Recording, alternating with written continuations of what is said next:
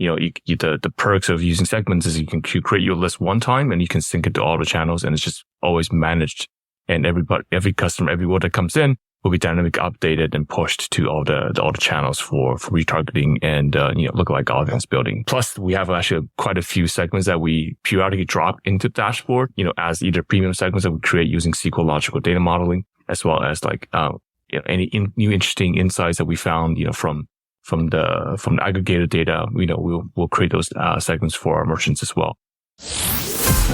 You're listening to eCommerce Fastlane, the podcast show to help you build, manage, grow, and scale a successful and thriving company, powered by Shopify. Listen to real conversations with partners and subject matter experts as they share proven practical strategies, platforms, and the best Shopify apps to help you accelerate your business. The time is now for you to improve efficiencies, grow revenue, profit, and lifetime customer loyalty. Please welcome your host, startup founder and strategic advisor, Steve Hutt. Today's episode is brought to you by Gorgeous, the leading customer service platform for Shopify e-commerce brands, helping merchants to unlock revenue and deliver exceptional customer service. By prioritizing customer engagement, brands can create deeper and more personalized experiences for their shoppers. With the rising cost of acquiring new customers, retention is the key focus for direct-to-consumer brands. Creating outstanding customer experiences shouldn't be costly or a burden for your customer support team. This is exactly why Gorgeous is so great. Gorgeous helps you improve your customer experiences by managing all of your communication channels from one dashboard. It provides you with the ability to customize messages and automate replies, giving Gorgeous users an unparalleled power to resolve customer inquiries quickly and personalized, which is why you need to improve your customer retention. Get started with Gorgeous today and start managing all of your communication channels from one platform that's designed to help you. Exclusive to my listeners is a 2-month free trial, so go check them out today at ecommercefastlane.com/gorgeous. Well, hey there, my name is Steve Hutt. I'm Senior Merchant Success Manager here at Shopify, and welcome back to the 5th season of eCommerce Fastlane. Now, if this is your first time listening or you're a weekly subscriber, I seriously appreciate the fact that you're taking time today and listening to the show. I know there's plenty of podcast choices out there and direct-to-consumer and marketing strategy and just anything to do with Shopify. And just the fact that you're here today really does mean the world to me, and I know it does for my featured guest. Ironically enough, this is his 4th time on the show. We'll dig into that in a minute. One thing that's great about this show is that, we make sure that we have guests that come on that really have impactful stories to tell about maybe software, and in some cases, agency partners that come on and talk about what specifically are you doing to help Shopify brands to grow and scale. In today's episode, my guest is John Chow. He's the co-founder of Trestle Segments. I also have a co-guest on today. His name is George Sylvain, and he's actually an advisor and a merchant who actually uses this solution. So he's actually here to talk from his perspective versus maybe from the brand's perspective. Now, what Segments does, and I love this product, they are a Shopify app. They connect to your store, and what they do is they help a store owner and marketing teams really to scale revenue by leveraging this first-party data, and helping segment and help. It's almost like advanced data science built right into this app. So you can actually find different cohorts of popular and profitable groups of people that you can market to directly on social, or you can market directly through your email and through SMS. It's an absolutely needed solution. It's the education I believe is not out into the market, even though John's been on the show, this being his 4th time, that the narrative needs to get out into the wild more consistently, that first-party data is extremely important. It's in Shopify. It's just not being sliced and diced and marketed against correctly. With acquisition costs so high, super important to learn about segments. So welcome, gentlemen. John Chow, welcome. And George, welcome to the show. Thank you, Steve. Thanks, Steve. Absolutely. So, John, 4th recording. Thank you very much. I was just looking in the archives a few minutes ago. Episode, believe it or not, 77, like almost 2.5 years ago. 152, and then you're on 189, and now here we are, 278. So I wanted to, you're definitely my most recurring guest I've ever had, and I just wanted to thank you for building this product, and it's fantastic for you to be here today. Well, it's great to be back for the 4th time, Steve. super excited to be on because, there's just been so much progress this year. And so we have prepared a lot of, I believe, every year we actually analyze our top brands through Black Friday and wanted to share some of that data analysis insights with the listeners as well. I think from some of my notes here, I see George is really is kind of helped co-write and kind of understand and here to maybe help articulate a little bit about some of this data that's been found, the research that you've done. And there's a really great blog post that's put out about this, about Black Friday and Cyber Monday and just the things around it and what you've learned about the cohorts of people that shop during Black Friday and Cyber Monday. So George, maybe I'll let you kind of intro yourself a bit about your, your recent past, and then kind of where we are today with some of these data points that you've located. Yeah, sure. Thanks, Steve, and happy to be here. I have been in e-commerce for quite a few years now, but most recently, my last full-time position was VP of Marketing and E-commerce at Fellow, make high-end coffee making accessories and things like that. And 10 years ago or so, I co-founded Social Print Studio, which is an online print shop. And I still work there today using Segment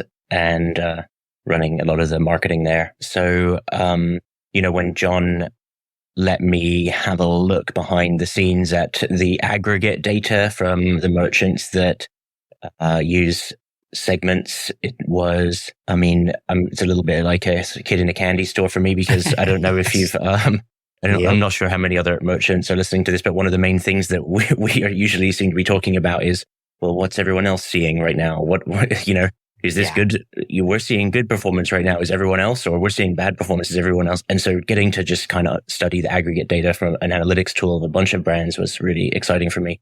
And I was just curious to see if how many of the things that I believed to be true about Black Friday and the customers that we acquire then and how we market to them, how many of those things are truisms across the industry.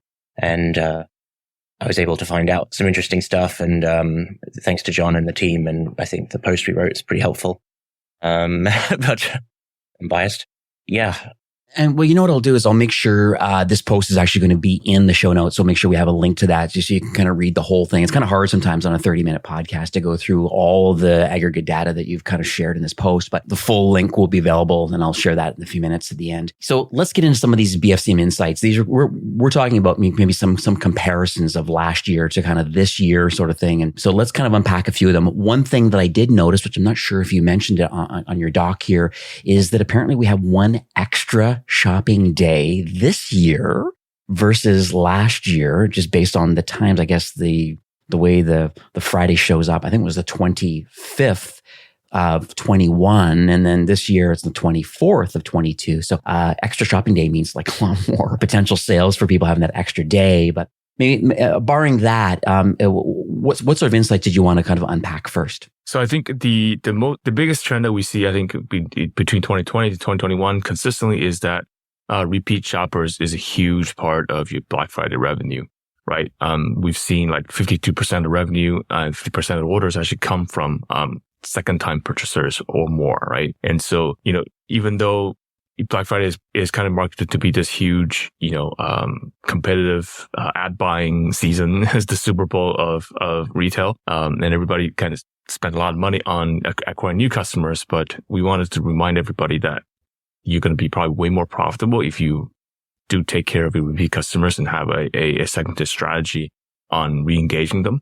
And that's probably the single biggest thing that we wanted to talk about. Okay. With the second thing being like the Black Friday cohort, based on our analysis, they do behave slightly differently from the rest of the months. And so one of the things we saw was only about 17% of your Black Friday purchasers are going to come back and purchase again. And that's actually lower than the average that we're seeing for most brands across like a normal month.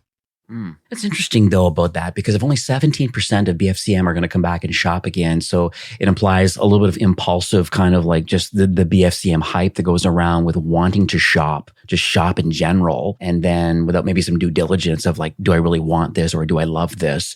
It's okay, I'm going to keep it, but I may not come back again. So that's interesting versus people that actually do some research, make a purchase, and love the product, and then tell their friends about it and then come back again and buy another pair of shoes or another apparel item or supplements or whatever the product happens to be. So that's very interesting information. So that implies to me that even though you may know your cohort, especially with the segments tool, to know who your BFCM traffic and customers were a year ago, it sounds like they may not be the best people to market to because you've seen the differential between 21 going to 22, only 17% are coming back, or came back in 22 from 21 sales. So knowing that, so what is the marketing strategy then? If one thing we don't want to do, and I tell a lot of my book of business about this, is that we don't want to pray and spray, all our contacts out or just through SMS and email. That's one of the advantages of your tool. So maybe not segmenting last year's BFCM customers and sending them, hey, you were a former BFCM customer last year. Maybe you might want to pick something up this year. That sounds like not a very good strategy, knowing that only 17% came back after that purchase. Well, the part of that is, I think, Steve, is that probably a lot of brands are not actively monitoring or re-engaging the Black Friday cohort consistently. And so we wanted to, we actually, in this year, we'll talk about a little bit later, is that we actually have about 7 new, Black Friday specific segments, that we dropped into, our segments dashboard and to help our merchants monitor this specific cohort of customers and then to have a strategy to re-engage them and sort of, combat sort of that, 17%, right? I think that lower CLV, and you're definitely going to get a lot of customers who come back maybe for the one time only, right, and potentially not come back because they're looking for it's kind of discount shoppers or discount hunting. But how do you re-engage them, right? The percentage of them do become loyal customers and could continue to make second their purchases. So how do you have a strategy going into Q4 and also going into January to continue to convert and talk to these customers? Right. So this is where I would come in often, and help the Trestle team thinking about, how we should explain to our merchants what to do with these people. And, my advice is that, if they're less likely to repeat, what are the reasons for that and what can you do about it? And so, one thing that's, potentially mostly obvious, but maybe not every brand. Every brand's a little different, but this is a gifting occasion, so you might be buying stuff you don't normally buy. My sister's really into knitting and things like that. And so I would potentially be buying things from stores that I wouldn't purchase, as I'm not into that myself all year round. So there's an example there, right? But then if you're thinking, great, I'm going to assume that 100% of the people who are shopping from my site are interested in this product themselves, that's how my marketing is going to be the rest of the year. Maybe they need to be in this Black Friday segment, only needs to be emailed on giftable occasions and targeted as if there's a gift. And so one of the other piece of advice I would give is, and this is, again, not necessarily a thing you can do directly with the segments tool, but what you can do is ask people on your post-purchase survey, who's this for, yourself or a gift? And, tag people who say gift a certain way. And then you can know that that's a gifting cohort. I mean, you can almost assume a lot of the people who buy during Black Friday are a gifting cohort, but not always, You could also look at, customers whose orders are going to a different shipping address than the billing address. And that would be another way to segment out potential gift buyers. And then you could find a way to nurture them such that they don't feel they don't unsubscribe or disengage because you don't send them messages that aren't relevant to them. So you need to, keep track of the segment. And Trestle, the segments tools is creating this new segment for our customers this season, which is new customers acquired whose first purchase is between tomorrow and the end of Cyber Monday. And anyone who's in that cohort, I think it's worth taking a good look at and trying to exclude them from certain other email market. I mean, I don't know about you guys, but my email inbox is a war zone right now and it's only going to get worse. Yes, and SMS is blasting. Right? There's a sort of other thing that we don't talk about that often, but there's also an unsubscribe bonanza that takes place in the next couple of months, especially the next 2 weeks. I'll sometimes just hit a tipping point around Black Friday or Cyber Monday and just start deleting and unsubscribing things. And so if you have made your first purchase on discount from a brand and it's potentially for a gift, let's not send them every email in the book right after, Let's create special flows for them and think about them differently. And it's so important. I mean, it's so important because if these are new customers and you've acquired them and you're spending a lot on ads, your whole how much can I pay to acquire a customer calculation is often based on a CLV, a customer lifetime value figure. But we know from the data that we just analyzed that the CLV is 25% lower for customers acquired during BSCM compared to the normal average CLV of a new customer. So they're worth a quarter less, and you're probably paying a quarter more, at minimum.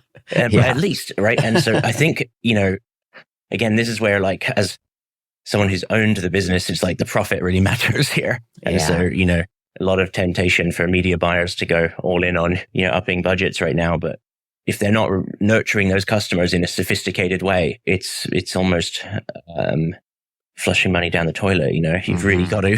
It's like, we acquired a few more extra customers, but they're never going to come back, and we didn't nurture them. So you've got to avoid that at all costs. One thing I want to make sure that everyone has some clarity about the segments tool, because I think maybe there's going to be quite a few people that have never heard of it before. And, this whole RFM modeling, this recency, frequency, and monetization kind of strategy.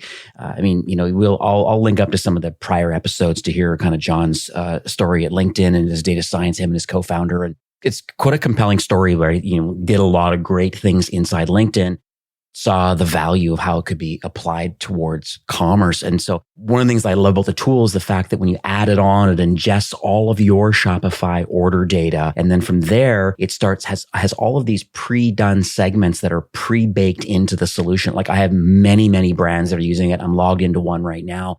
And it's interesting, some of the things that, these ones are recommended, and this particular brand has turned it on. Especially maybe if you think about post BFCM, what are we doing to maximize revenue for the remainder of Q4 is on my mind right now. But some of the things that I see, like this particular footwear company and what they've turned on, and maybe John, you can kind of talk about some of these things in a minute, but top 5% CLV customers definitely turned on, or active loyal customers they have turned on, and they're loyals. They're still in the loyal quadrant. I know maybe it's hard to explain it without seeing a visual, but there's active, there's at risk, and then there's churned customers. And then, there's no purchases and first, second, and onward. If you can think of a matrix visually on the screen. And it seems like they've turned a lot of these ones on because they're seeing that the CLV is quite high, obviously in your top 5% CLV, but your loyal customers, your active customers, they're all turned on. High spenders, they have turned on. So can you talk a bit about like some of these baked in segments, like, because I think that makes it go quicker to market by you saying, hey, we connect to your existing tech stack, being Klaviyo and a few other tools and all the ad networks, but we understand your data, and here's some of the ones that we kind of recommend. So maybe just share that with the audience so they kind of understand the power of your tool. For sure. Yeah. So segments is all about uncovering profitable segments for marketers, right? And be able to help you do cross-channel list management directly with our platform, so you don't have to go to every single channel and then recreate the list. The perks of using segments is you can create your list one time and you can sync it to all the channels, and it's just always managed. And every customer, every order that comes in will be dynamically updated and pushed to all the channels for retargeting and, lookalike audience building. And so, and plus we have actually quite a few segments that we periodically drop into the dashboard, as either premium segments that we create using SQL logical data modeling, as well as like, any new interesting insights that we found, from the aggregated data, we'll create those segments for our merchants as well. And so for Black Friday specifically, we created 7 segments based on the data, right? And so we saw that, for example, the repeat customers is a huge part of the Black Friday revenue, and specifically they're in 3 segments that are most important. First is the people who recently purchased within 30 days of Black Friday. And then the second group is people who purchase between 30 days and 90 days before Black Friday. Those two are going to be like the lion's share of the repeat revenue because they're recent purchasers, and we actually see that and prove that with data. The last is actually people who purchased over a year ago, right? These could be your last Black Friday purchasers, but they've actually not made a purchase for roughly about a year. And so that takes a bit of a warm up and re-engagement to basically tell them and do specific carve out against maybe the rest of your campaigns, like what George was talking about. So you can actually target them specifically in Klaviyo. You can do a not in this list carve out if you wanted to do different tiered campaigns and flows against the different segments. One thing I noticed too, and I know, George, I want you to jump in because I know you have, I want to make sure I go through this blog post because there's so much great stuff in here.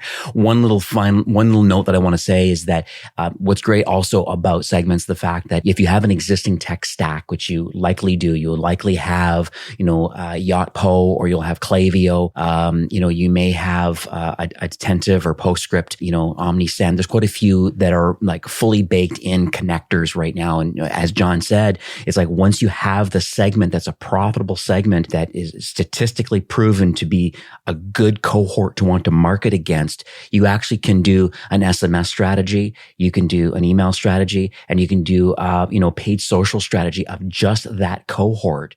I just want to make sure that's clear. That's how well these all work. They all work in tandem with what you currently already have in your admin, but it's much more advanced. Klaviyo doesn't have all of this modeling. They have some segmentation, but not modeling and understanding the cohorts of customers and the product journeys and how to do proper one-on-one marketing. They just don't have that kind of skill. They don't ingest the data and understand it as well as what Segments does. So George, I'm going to flip to you because I want to kind of get through a few more of some of these insights that you've located that we've kind of put into this blog post. Thanks for supporting our incredible sponsor, Gorgias, the leading customer service platform for Shopify brands. They help customer success teams fulfill a promise of delightful customer experiences. This leads to higher customer retention and brand loyalty for your Shopify store. Now, don't forget to click the link in the show notes. You get an exclusive 2-month free trial of Gorgias, or you can head on over to ecommercefastlane.com/Gorgias. Yeah, I mean, just one more point on what you were just saying, which is that, when I first heard about this product from someone who was introducing me to John, I was saying, well, I'm pretty sure I can make those segments in Klaviyo. What am I using this for? And now I've realized, it's 100 times better to make the segments inside the Segments app. There's way more powerful segmentation. There's, the RFM analysis built in. It has a whole bunch built for you. But then not only that, but you can report on them. So in Klaviyo, I could make a segment of people that did this and then did that. And these are a group of people I want to nurture, but I can't just see a report on how that segment's doing, right? I can just email them. But this is like a reporting tool as well as the segment creation tool and with more data. And then I can also sync that. So I keep telling John, it's like your segments HQ, make your segments here, sync them to Klaviyo, sync them to Facebook.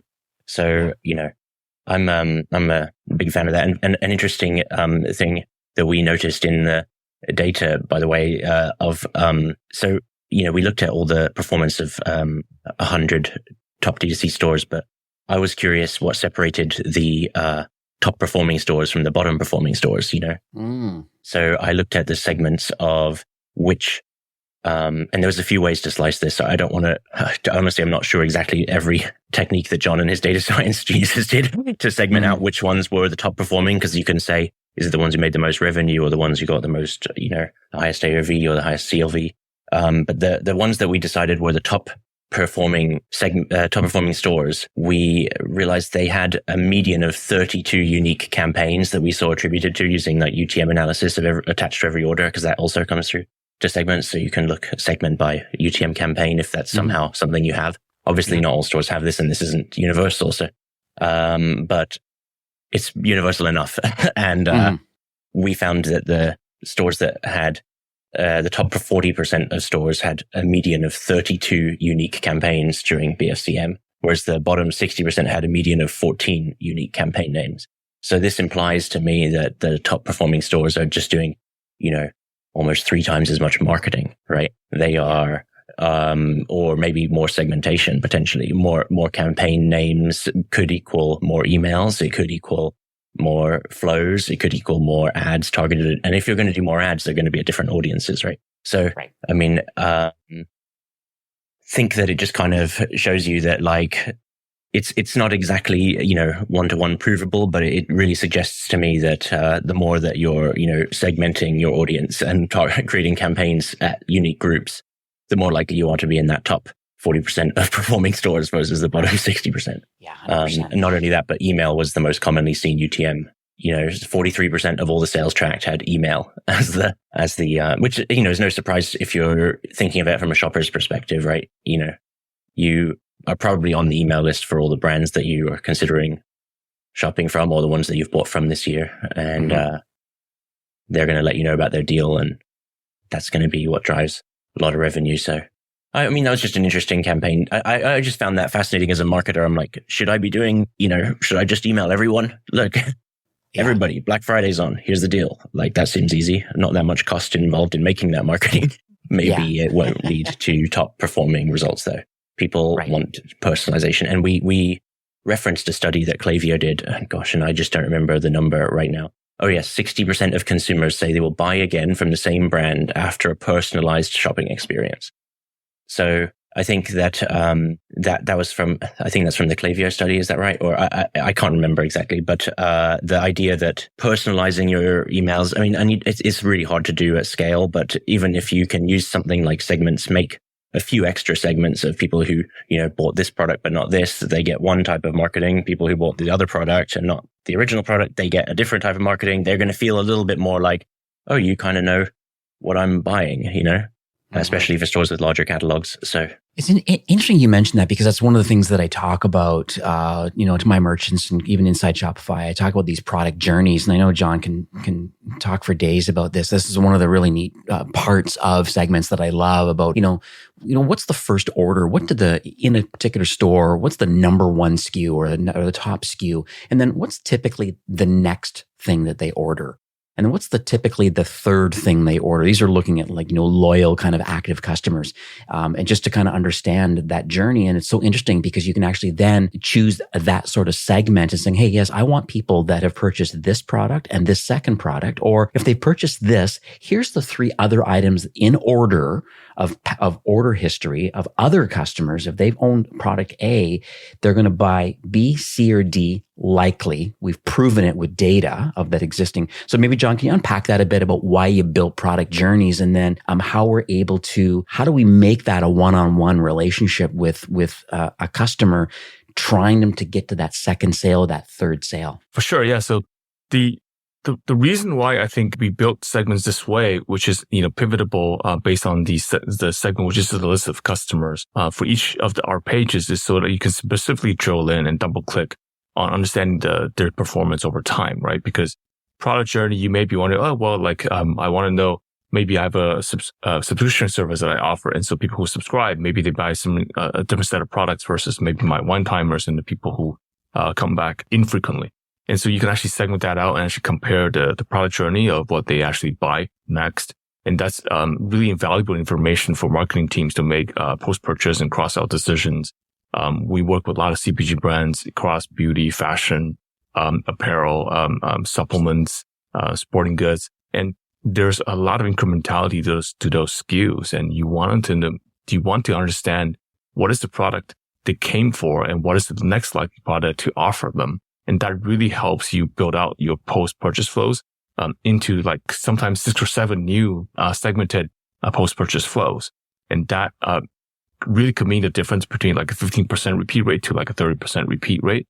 And that's huge for most brands, is to be able to understand the consumer buying behavior after the first product, after the sort of the hero product, the gateway product, to come back and understand what they're going to likely buy next. By looking at the best customers, right? You use your loyal customers, your top CLV customers, to understand their buying journey and use that success to kind of work backwards and help the rest of your customers sort of get on board and enjoy that sort of same experience. Is really important. Yeah. If you don't mind me jumping in, John, this is one of those other things that's in the Segments app that's incredibly valuable that, I first got into it because of the stuff we were talking about earlier with just identifying these, and creating and tracking these segments. But the fact that you can actually see the whole product journey for each segment it's really helpful. I mean, Shopify doesn't have this report. And when we tried to do it at Feller, it took a long time and we ended up in a rabbit hole of nonsense and overpaying for data apps. I mean, they've got it figured out now. They really know what they're doing, but it just felt like it was hard to find this. And I was just delighted when I just opened the app for the first time and just clicked on that tab and I'm like, oh, it's all just here. Yeah. And it's so beautifully done. That was one of the main things that sold me on even trying to help them in the first place, is just there's so much valuable insights you can get from that. And it's so helpful to know, okay, the people that are spending twice as much, they come for this product and then they buy this other stuff. Whereas the people who, don't buy that product ever, are significantly less valuable, or whatever the little insight might be. It's all it's all right there in the app. It's so nice. One thing too, John, I want to chit chat about too is about discount code usage. I know recently Shopify has kind of launched the kind of stacked coupon option. I know it's been like the number one requested solution. Like, why is it that you can only put one coupon code? Or why can't we have a free shipping and a certain percentage discount with one code? And the answer is no. But the answer is yes now, certainly with Plus brands, anyways, from what I understand. But I know you have like a discount code kind of usage section inside Segme.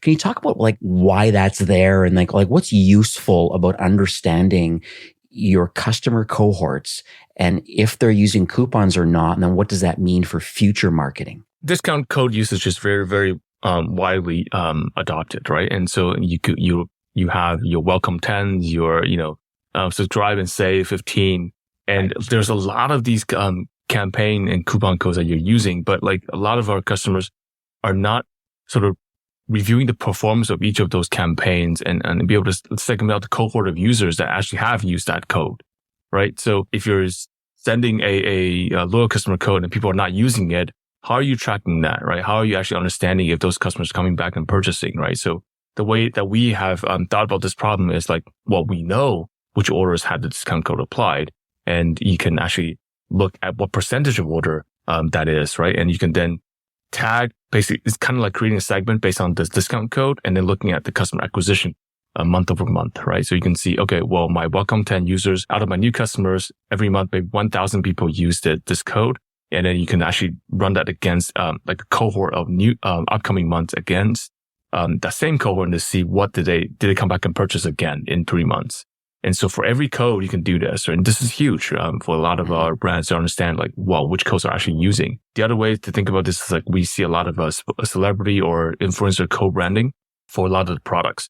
And so that often comes in either a specific product name or like a discount code usage relative to that person. And so it's even more important than to understand like which celebrity is actually working for me, right? Which influencer is actually really helpful to push my products forward. And have a big reach, but then also people come back and spend again, right? So it's not like just a one-time thing. And so, what I love about this is to be able to like really quickly see how the type discount codes are performing, and then also compare them, the performance of those customers over time. So that actually you can understand, for example, if they use discount code to get that one product, you can then run that analysis against the product journey and see, well, okay, like, is that different, from the rest of my other customers who are not using that discount code? Are they still coming back and purchasing, or are they doing a slightly different behavior because of the specific discount code that I have offered? John, I didn't know you could do that, and I'm just looking at the app, and I just did that.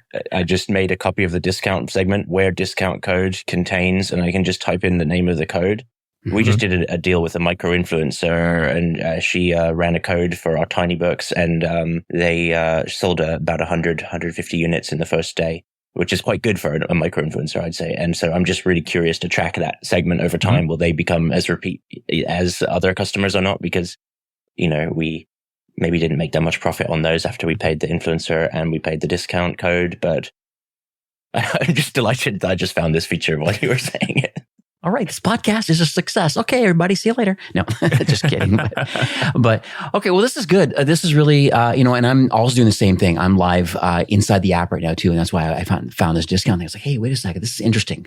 Having this now, especially we have stacked coupons now. This is going to be more and more important for brands to kind of monitor and understand its success. And then, as you said, profitability over time is kind of important. So this is great. John, just one other thing I want to talk about too is Segments 3.0. I understand. I think it was summer. I guess early summer. I think you launched. Right, June. Yeah. June. Okay. So 3.0, let's talk about what's in 3.0. What's unique about it? Because you were 2.0 the last time I spoke to you. 3.0, which I have access to, and I'm, with many brands, but can you talk about some of the things that upgrades you did to it? I know the UI has changed and it's lovely. But then, where's the future of the product? Like what's on the roadmap, public roadmap, I guess, so to speak, between into 23, just so I get the warm and fuzzy about what's next.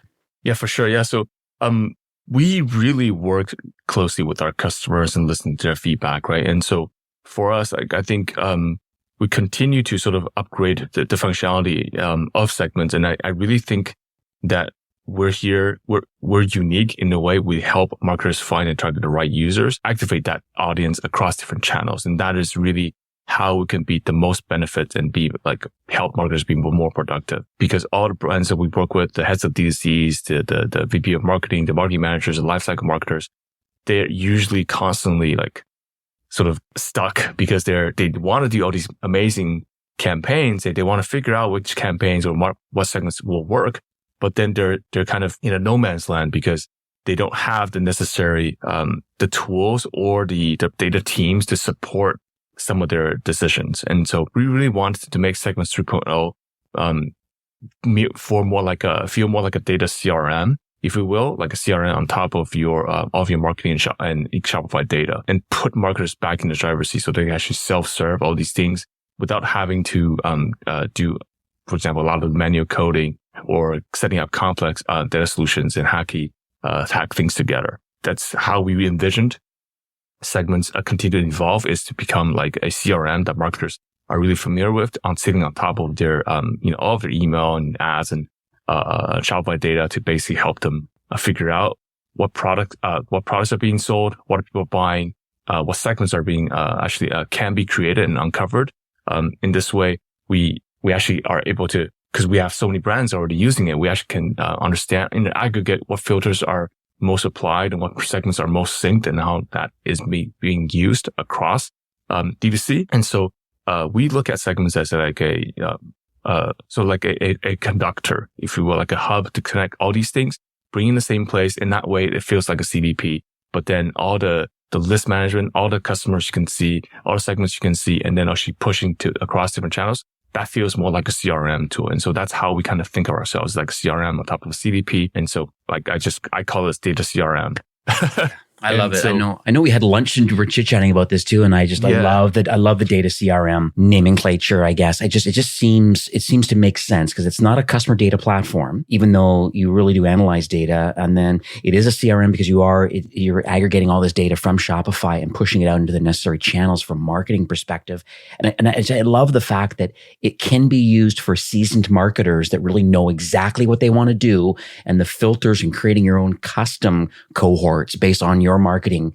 Or the early stage founders, they can just use the out of the box 30 some segments that are already pre-baked in just to get started. I love that part about the solution. They're baked using the source data, right? Like every store that comes in, the segment is going to reflect what people are doing in your shop, right? And so those are going to be like the lifecycle grid. One of the merchant was telling me like, oh, I can't believe this is just like reverse engineered, like right out of the box. I can see, all my different customers in different, lifecycle journeys. Cause that's something that I usually have to pay, a lot of money for or have data scientists try to do. And oftentimes they don't come back with the results that I wanted. So stuff like that. And I think more and more like this year, continuing on last year, is like the integrations are so key, right? So this year we added a ton of new integrations. We just launched TikTok, we launched Shopify Tag Sync, Attentive PostScript, obviously, and we have all the great email solutions like Klaviyo, Omnisend Active Campaign, and the like, and as well as like Facebook and Google.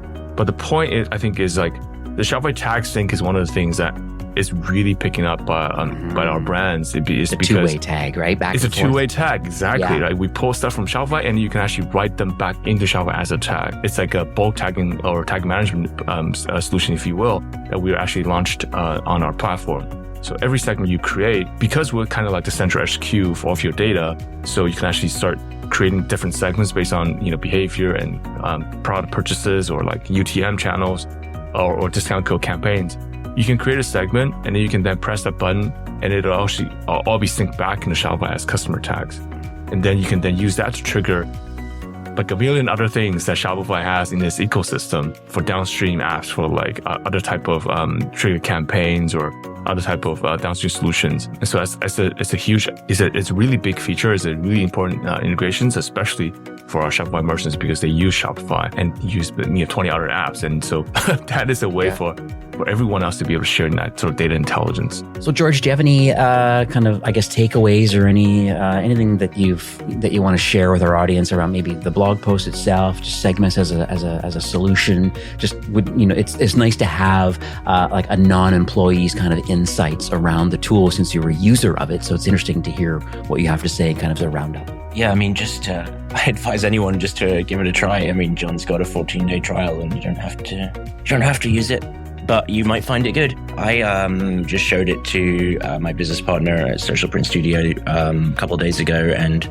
we just kind of screen shared and looked at it. He was kind of like not that excited about it before I told him, I was like telling him I'm working on it, and he for whatever reason, he just didn't care. And then as soon as he actually looked at it, it was completely different. So I just recommend other people try and have that experience. One of the first things we found is that there were 2,000 customers who had placed more than 10 orders but hadn't bought in the last year. And we were just like, wow, we're going to send them a personal email from the founder. Yes, you are. And like their SCLV was something like $650, and we were just on average, and we were like, wow, we got to message these guys, and that was in the first 5 minutes of clicking around in it. And you just find something like that. We were also just surprised by some of the numbers in there. You kind of think your business on one level until you kind of look into the data. I just get a lot of a kick out of clicking around into my data. It's like all these stores have tons of data. You can click on your orders tab in Shopify, right? But like, what are you going to find out there? When you click into this segments tool and just start looking at the groups of people that have been buying from you and what their behavior is and what their trends are, it just gets your brain going. Every brand's different. So that's one of the things that it's a little hard for me to give advice to everyone. But like, I know that if you look at it, you'll find something that you didn't realize. Especially like, for example, our high value lapsed customers, I didn't know they were that good. And I didn't know that I could just export that list to Klaviyo and send them an email immediately. So we did that. And I recommend others do the same. Yeah, even just sending them a text, right? Even just sending them a text. I think one of the things we joked about is like, hey, like like the top CLV customers or those the churn loyal customers, like right at the top, you will see like, oh my God, this person has like 50 orders, or like hasn't purchased in a year. Like I just want to call them right now, right? Like I so that's really just kind of the I feel like it's an eye opener. But this is the really first quick win. People can just do like a text-based campaign, even don't worry about design, they just take some action against some of those really loyal customers. I mean, texts are so great these days. And like, I mean, I built a whole thing off of it, Fellow Drop, Set Fellow.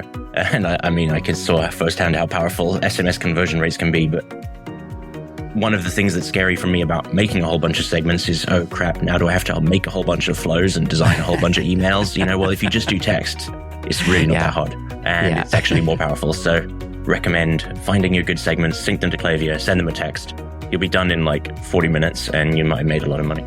So, no, 100%. Worth a try. It's interesting. And just kind of parting words for me too, is that I find I love the lifecycle journey visual, because I think that's one thing that hooks people on the product, and why it's so amazing is that the visual is clearly in 3 columns of your active, your at risk, and your churned customers. I think of those as 3 kind of vertical columns.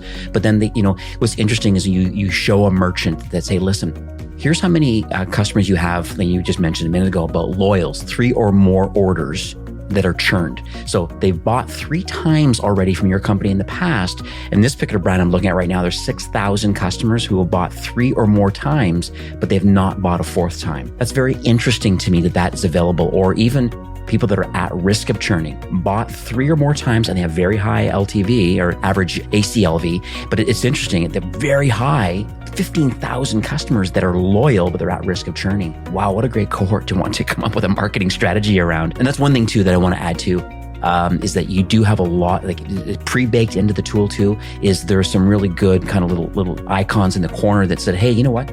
How do you want to action this? Do you want to learn more about this particular cohort? Or here's some strategy that may work to help you think about, because once again, this could be for a seasoned marketer. They already know what they need to do. They're not going to use the baked in ones, or they'll use a few of them, plus they'll make their own. But some early stage people listening today, hey, if you're not sure what you may need, there's a lot of education pre-baked into the tool to be able to say, well, here's what others do with this cohort, and here's how they market against it. So that's a really key point, Steve. Like more and more we realize that sort of the segmentation doesn't come naturally for most people.